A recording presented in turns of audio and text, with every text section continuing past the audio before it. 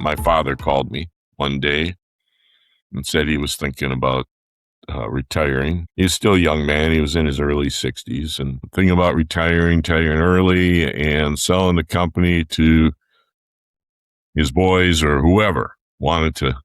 So, and I was the oldest son. And he said, so if you're at all interested,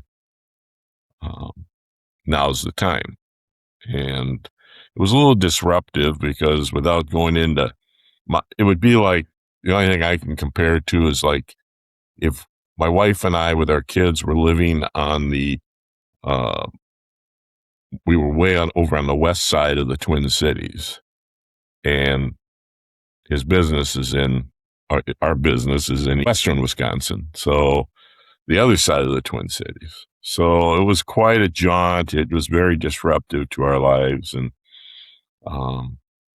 I was really kind of unsure. I had a good job. I mean, I was working for a gentleman that I enjoyed working with. We were doing some great stuff together. I felt valued with him. But then one day I had breakfast with a gentleman that I had met. He owned a large concrete and masonry company, and I had a lot of respect for him. And I sat down with him at breakfast and told him my dilemma. And he said, tell you what, Bill, let's get up and walk around the restaurant and do a survey of those that would like to continue working for someone else and getting paid whatever someone else tells them they're going to get paid, or would like to have ownership in their own company.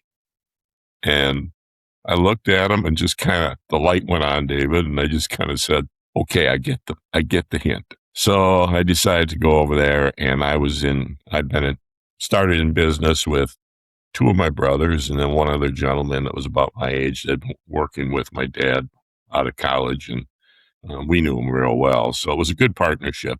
And with my dad, there was 5 of us that kind of took over the company and grew it from there. And this was in the early 90s. And we've been going since then. And now it's myself and my younger brother, the primary owners, and things are doing well. That's kind of the career path I followed. Well, fair enough. Yeah. I mean, it feels like a no-brainer after you've done it though, doesn't it? But at the time, like, I can totally get that because it's a risk and you're trading job security and like predictability of income for you don't know what yet. So it's not that clear-cut a choice, I think. David, it's one of those things where there was a few years where I said, if I would have just continued my upward mobile career path, I could be making a lot of money without all the risk. You know what I mean? Yeah, absolutely. And there was times I thought about that, but there were other times where I said, I'm great. I had a gentleman that my wife and I knew that he always said to us, the problem with working for someone else is eventually you're going to get fired. And at first I said, well, that's ridiculous. I'm not ever going to get fired. But he said, so what happens when you turn 65? And I said, well, I might retire. What happens if you don't want to retire then?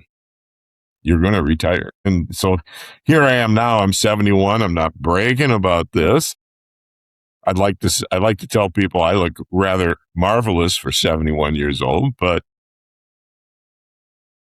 I keep myself young, my mind young, and I still enjoy being involved in the business, and no one necessarily is forcing me to leave. And that kind of freedom is kind of nice. Yeah, obviously I agree because I also own and run my own business. Yes. You know the feeling. Yep. I mean, there definitely was that moment, and I think that the financial security is not to be underestimated, and we'll talk about that again in a minute, I'm sure. But there's also there's always, when you're working for someone else, particularly if you've been there for a while, there's always reasons to stay doing that and to avoid the unknown and not do the other thing. But looking back in hindsight, I'm guessing it's the same for you, but I sort of wish I'd done it 5 or 10 years earlier than I did.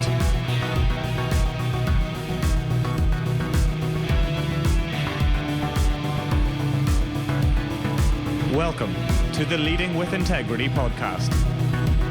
Leadership Talk for the Modern Manager. With your host, David Hatch.